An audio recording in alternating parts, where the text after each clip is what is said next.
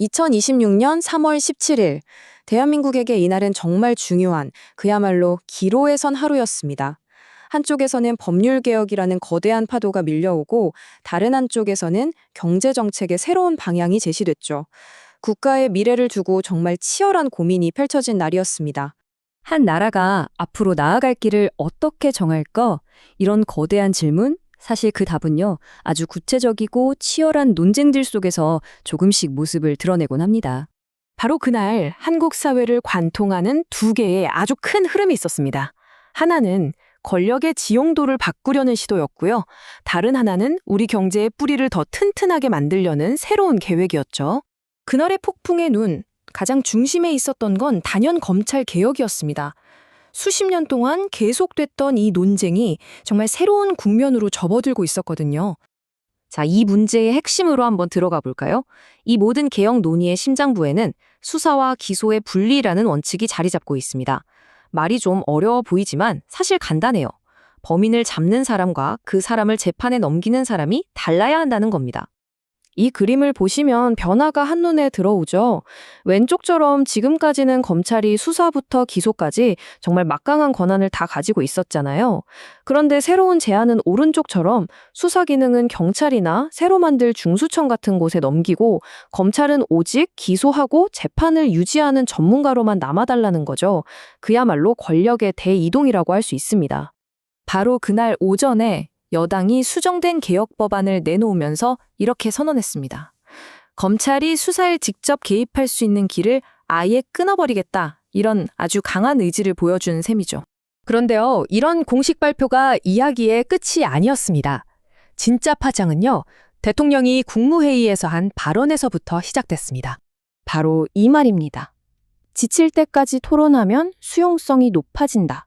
이 한마디가 정치권 전체를 거대한 해석의 소용돌이 속으로 밀어넣었어요. 여기서 진짜 흥미로운 지점이 나오는데요.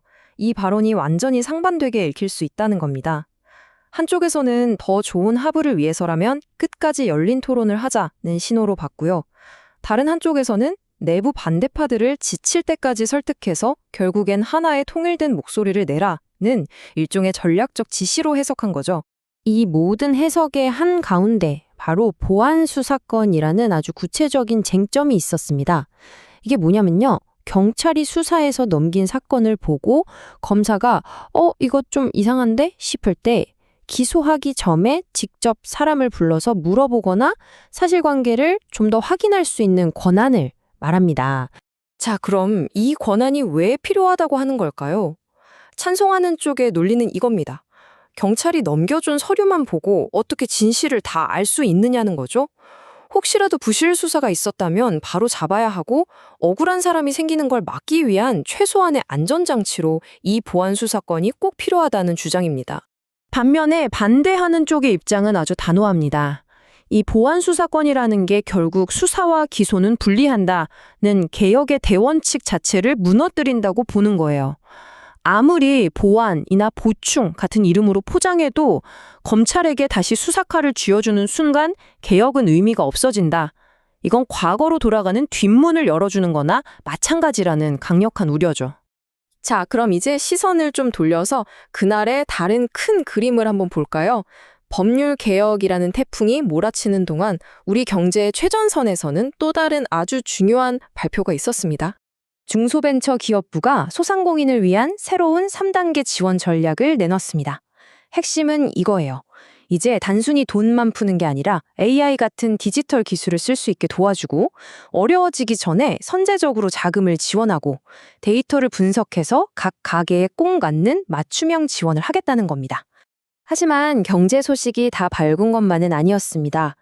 이렇게 미래를 내다보는 소상공인 정책이 발표된 바로 그날, 우리 경제 시스템의 다른 한쪽에서는 약한 고리를 드러내는 경고등이 깜빡 켜졌습니다. 일부 새마을금고와 인터넷은행에서 자금 세탁 방지 시스템이 제대로 작동하지 않아서 금융당국으로부터 제재를 받았다는 소식이 전해졌습니다. 이게 우리 경제의 혈관이라고 할 수 있는 금융 시스템의 내부 통제에 아직 보완할 점이 많다는 걸 보여주는 아주 중요한 신호였죠.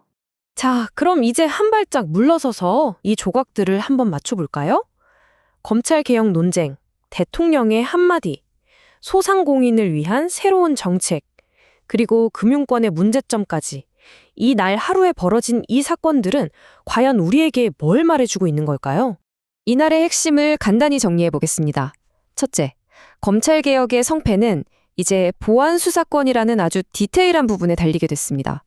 둘째, 지칠 때까지 토론하라 하는 대통령의 말은 앞으로 상황을 예측하기 어렵게 만드는 가장 큰 변수가 됐죠. 셋째, 경제적으로는 소상공인 지원 방식의 패러다임이 바뀌고 있고요. 마지막으로 금융 시스템의 안정성이라는 과제도 함께 떠올랐습니다. 그래서 우리는 마지막으로 이런 질문을 던지게 됩니다. 국가의 뼈대를 바꾸는 이런 거대한 구조 개혁과 당장 우리 모두의 먹고 사는 문제인 경제 안정, 이 둘 사이에서 과연 올바른 균형점은 어디일까요? 3월 17일은 우리에게 바로 그 질문의 무게를 다시 한번 생각하게 만드는 그런 하루였습니다.